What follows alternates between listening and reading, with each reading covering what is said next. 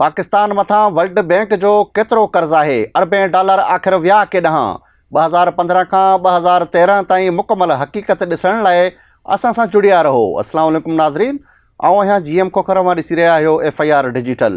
अॼु जी हिन ख़ासि रिपोर्ट में शुरूआति हिकु अहिड़ी हक़ीक़त सां करियूं था जेका शायदि तव्हांखे हैरान करे छॾे। छा तव्हांखे ख़बर आहे त पाकिस्तान ते हिन वक़्तु सिर्फ़ु वर्ल्ड बैंक जो लॻभॻि 20 अरब अमरीकी डॉलर कर्ज़ आहे।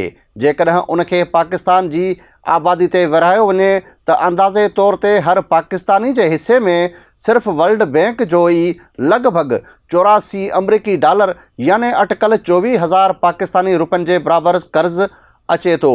पर हिते हिकु अहम ॻाल्हि सम्झणु ज़रूरी आहे त हीअ रक़म हर माण्हू खे अलॻि अलॻि अदा करणी नाहे, पर हीअ रुॻो उहो ॾेखारण लाइ आहे, हिकु हिसाबु आहे त मुल्क ते मौजूदु कर्ज़ आबादी जे हिसाब सां केतिरो बणिजे थो। हाणे सवाल पैदा थिए थो त उहे अरबें डॉलर आख़िर विया केॾांहुं? कहिड़ी हुकूमत सभ खां वधीक कर्ज़ वरितो? छा वर्ल्ड बैंक जूं शर्तूं पूरियूं कयूं वियूं? ऐं जेकॾहिं पाकिस्तान हर साल कर्ज़ जूं क़िस्तूं वापसि कंदो रहियो त पोइ कर्ज़ घटि छो न थियो? अॼु जी वीडियो में असीं इन्हनि सभिनी सवालनि जा जवाब आलमी इदारनि, सरकारी अंग अखरनि ऐं हक़ीक़तनि जे बुनियाद ते ॻोल्हींदासीं त आख़िर ताईं गॾु रहिजो। सिंधवासियो, वर्ल्ड बैंक हिकु आला तरक़ियाती माली इदारो आहे जेको दुनिया जे तरक़ी पज़ीर मुल्कनि खे डिघे मुदे वारा कर्ज़ ॾिए थो। पाकिस्तान 1950 खां वर्ल्ड बैंक जो मेंबर आहे। उन वक़्त खां वठी तालीम, सिहत, पाणी, बिजली, रोडनि, ज़राइत ऐं ग़ुर्बत घटाइण वारनि मनसूबनि लाइ माली मदद हासिलु कंदो रहियो आहे। हाणे अचो 2015 खां शुरू करियूं। 2015 उन वक़्तु पाकिस्तान में मुस्लिम लीग जी हुकूमत हुई। वज़ीर आज़म नवाज़ शरीफ़ हुआ। उन वक़्तु वर्ल्ड बैंक जो बक़ाया कर्ज़ तक़रीबन 15 खां 16 अरब डॉलर हो। उन दौर में मोटरवे, तवानाई, पाणी, तालीम, सिहत जा केतिरा ई मनसूबा शुरू थिया। 2017 में नवाज़ शरीफ़ जी नहाली खां पोइ शाहिद खाकान अब्बासी वज़ीर आज़म बणिया। वर्ल्ड बैंक जा अॻु शुरू थियल मनसूबा जारी रहिया।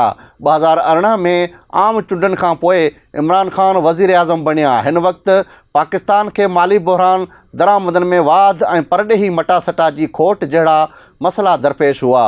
वर्ल्ड बैंक तरफ़ां माशी सुधारनि, तालीम, सिहत, पाणी ऐं समाजी तहफ़ुज़ जे मनसूबनि लाइ नवां कर्ज़ मंज़ूर कया विया। 2020 ईस्वीअ में पूरी दुनिया कोरोना वबा पकड़िजी वई।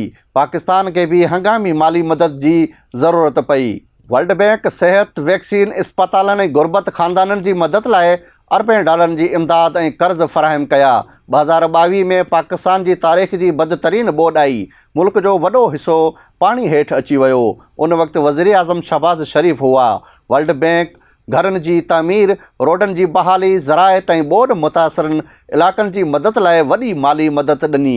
2024 ताईं पाकिस्तान ते वर्ल्ड बैंक जो बक़ाया कर्ज़ लॻभॻि 20 अरब डॉलर ताईं पहुची वियो। साॻे साल वर्ल्ड बैंक पाकिस्तान लाइ ईंदड़ 10 सालनि जो नओं प्रोग्राम मंज़ूर कयो, जंहिं तहत 40 अरब डॉलर ताईं माली सहकार जो ऐलान कयो वियो, जंहिंमां 1 अरब 32 करोड़ डॉलर 2025 में जारी थी विया। पर यादि रखो, बाक़ी समूरी रक़म हिकु ई वक़्तु न मिलंदी। ही मुख़्तलिफ़ मनसूबनि लाइ ईंदड़ सालनि दौरान मरहेवाल जारी कई वेंदी। हाणे सभ खां अहम सवाल, पाकिस्तान कर्ज़ वापसि बि कंदो रहियो या न? हा, पाकिस्तान हर साल वर्ल्ड बैंक खे असल कर्ज़ जूं क़िस्तूं, इन्हनि ते लाॻू थींदड़ व्याज अदा कंदो रहियो, पर साॻिए वक़्तु पाकिस्तान नवां कर्ज़ बि वठंदो रहियो। तंहिं करे मजमूई कर्ज़ घटण बदिरां तक़रीबन साॻी सतह ते रहियो। हाणे अचो ॾिसूं त वर्ल्ड बैंक जूं शर्तूं छा हुयूं। वर्ल्ड बैंक पाकिस्तान खां बार बार मुतालबो कंदी रही त टैक्स वसूली वधायो, बिजली शोबे जा नुक़सान घटायो, गर्दशी कर्ज़ ते ज़ाब्तो आणियो, करप्शन ते कंट्रोल करियो, तालीम, सिहत ते वधीक सीड़पकारी करियो ऐं पाणी ऐं आबियाशी निज़ाम खे बहितर बणायो। सरकारी इदारनि में शफ़ाफ़ियत आणियो, ग़ुर्बत माण्हुनि लाइ समाजी तहफ़ुज़ वधायो। पर छा हुकूमतनि इन्हनि शर्तनि ते मुकमल अमल कयो? हक़ीक़त उहा आहे त जवाबु न आहे। कुझु शोबनि में अॻुवारी ज़रूरु थी, पर केतिरा ई अहम मसइला अॼु बि मौजूदु आहिनि। गर्दशी कर्ज़ ख़तमु न थियो, टैक्स वसूली अञा बि हदफ़ खां घटि रही, केतिरा ई सरकारी इदारा नुक़सान में हलिया विया ऐं केतिरनि ई मनसूबनि में देरि पिणु लॻी। हाणे सवाल पैदा थिए थो त उहे अरबें डॉलर आख़िर ख़र्च कीअं थिया। वर्ल्ड बैंक जी रिपोर्टनि मूजिबि वॾी रक़म ख़र्च थी तालीम ते, सिहत ते, बिजली जे मनसूबनि ते, डैम ऐं आफ़ियाची ते, साफ़ पाणी जी फ़राहमी ते, रोडनि ऐं बिलनि ते, गुरब ख़ानदान जी मदद ते। 2022 जी ॿोॾि खां पोइ बहाली थी ऐं मौसमियाती तब्दीली जे मनसूबनि ते, पर कुझु मनसूबनि में लागत वधी वई, कुझु देरि जो शिकार थिया ऐं कुझु मनसूबनि ते आडड इदारनि एतिराज़ पिणु कया। त हूंदे बि केतिरा ई मनसूबा अॼु बि आवाम खे फ़ाइदो ॾेई रहिया आहिनि। हिते हिकु अहम ॻाल्हि यादि रखणु घुरिजे त कर्ज़ वठणु हर मुल्क वठंदो आहे। असुलु फ़र्क़ु उहो आहे त कर्ज़ किथे ख़र्च थिए थो। जेकॾहिं कर्ज़ सनत, तालीम, सिहत, पाणी, ज़राइत, रोज़गार ते ख़र्च थिए थो त उहो मइशियत खे मज़बूत करे थो, पर जेकॾहिं मनसूबनि में देरि थिए, शफ़ाफ़त न थिए या वसीला ज़ाया थियनि त पोइ कर्ज़ जो भार ईंदड़ नसलनि ते मुंतक़िल थी वञे थो।